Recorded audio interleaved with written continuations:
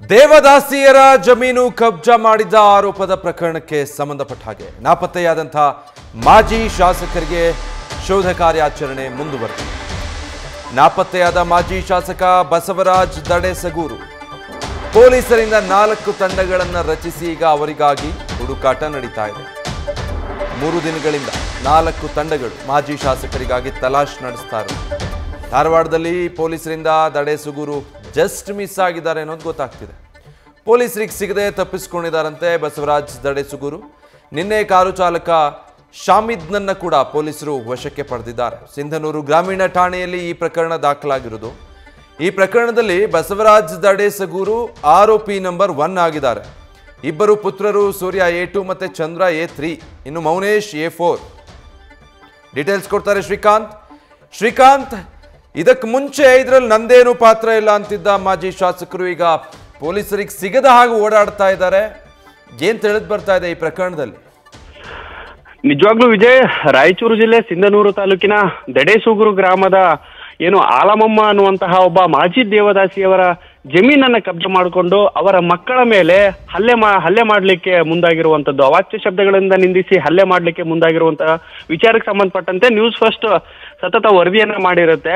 ತದನಂತರದಲ್ಲಿ ಇದೇ ಜನವರಿ 23ನೇ ತಾರೀಕು ಬಸವರಾಜ್ ದಡೇಸೂಗೂರು ಮತ್ತೆ ಅವರು 3 ಪುತ್ರರು ಪ್ಲಸ್ ಕಾರು ಚಾಲಕ, ಅದಾದ್ಮೇಲೆ ಅವರ ಆಪ್ತರು ಸೇರಿದಂತೆ 8 ಜನರ ಮೇಲೆ FIR ದಾಖಲಾಗ್ತದೆ. 23ನೇ ತಾರೀಕಿಗೆ FIR ದಾಖಲಾಗೋದು, ಜನವರಿ 23. ಇವತ್ತು 3ನೇ ತಾರೀಕು, 10 ದಿನ ಆಗೋಯ್ತು. ಬಸವರಾಜ್ ದಡೇಸೂಗೂರು ಯಾವುದೇ ಕಾರಣಕ್ಕೂ ಪೊಲೀಸರ ಕೈಗೆ ಸಿಗ್ತಾ ಇಲ್ಲ. ಈ ಹಿಂದೆ ಏನು FIR ಆಯ್ತಲ್ಲ, ಆವಾಗ್ಲೇ ಏನಾದ್ರು ಸಿಂಧನೂರು ಗ್ರಾಮೀಣ ಪೊಲೀಸ್ ಠಾಣೆಯಲ್ಲಿ ಪ್ರಕರಣ ದಾಖಲಾಯ್ತಲ್ಲ, ಆ ಪೊಲೀಸರು ಆವಾಗ್ಲೇ ಏನಾದ್ರು ಕಾರ್ಯಪ್ರವೃತ್ತರು ಆಗಿದ್ರು ಅಂತಂದ್ರೆ ಬಸವರಾಜ್ ದಡೇಸೂಗೂರು ಆರಾಮಾಗಿ ಸಿಗ್ತಾ ಇದ್ರೇನೋ. ಸದ್ಯಕ್ಕೆ ಏನು ಈ ಬಸವರಾಜ್ ದಡೇಸೂಗೂರು ಏನು ದೇವದಾಸಿಯರ ಜಮೀನನ್ನ ಕಬ್ಜಾ ಮಾಡ್ಕೊಂಡಿದ್ದಾರೆ ಅನ್ನುವಂತಹ ಗಂಭೀರತೆ, ಅದಾದ್ಮೇಲೆ ಹಲ್ಲೆ ಮಾಡಿರೋ ವಿಚಾರಕ್ಕೆ ಸಂಬಂಧಪಟ್ಟಂತನೂ ಬಹಳ ಗಂಭೀರತೆ ಯಾವಾಗ ಈ ಒಂದು ಪ್ರಕರಣ ಪಡೀತದೆ, ಅದಾದ ನಂತರ ಪೊಲೀಸರು ಸಹ ಸಾಕಷ್ಟು ಅಲರ್ಟ್ ಆಗ್ತಾರೆ. ಯಾವುದೇ ಕಾರಣಕ್ಕೂ ಬಸವರಾಜ್ ದಡೇಸೂಗೂರು ಅವರನ್ನ ವಿಚಾರಣೆಗೆ ನಾವು ಕರ್ಸ್ಕೊಳ್ಬೇಕು ಅನ್ನೋಂತ ಒಂದು ವಿಚಾರಕ್ಕೆ ಸಂಬಂಧಪಟ್ಟಂತೆ ಅವರನ್ನ 3 ದಿನದಿಂದ ಹಗಲು ರಾತ್ರಿ ಹುಡುಕಾಡ್ತಾ ಇದ್ದಾರೆ. ರಾಯಚೂರು ಪೊಲೀಸ್ ವರಿಷ್ಠಾಧಿಕಾರಿಗಳು 4 ತಂಡಗಳನ್ನ ಮಾಡಿಕೊಂಡು ಬೇರೆ ಬೇರೆ ಭಾಗಗಳಲ್ಲಿ ಈಗ ಕಾರ್ಯಾಚರಣೆಯನ್ನ ಮುಂದುವರಿಸ್ತಾ ಇರುವಂತದ್ದು.